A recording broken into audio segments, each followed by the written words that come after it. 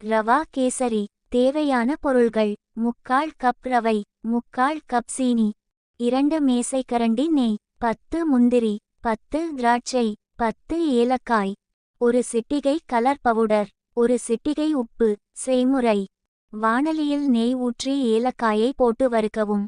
சீனியுடன் ஏலக்காய் சேர்த்து மிக்சியில் பொடி செய்து கொள்ளவும். ஏலக்காய் பொடித்தல்: அதே வாணலியில் மேலும் சிறிது நெய் ஊற்றி ரவையை வறுத்து எடுத்து கொள்ளவும். ரவை வறுத்தல்: ஒரு பாத்திரத்தில் தண்ணீர் ஊற்றி கொதிக்க விடவும்.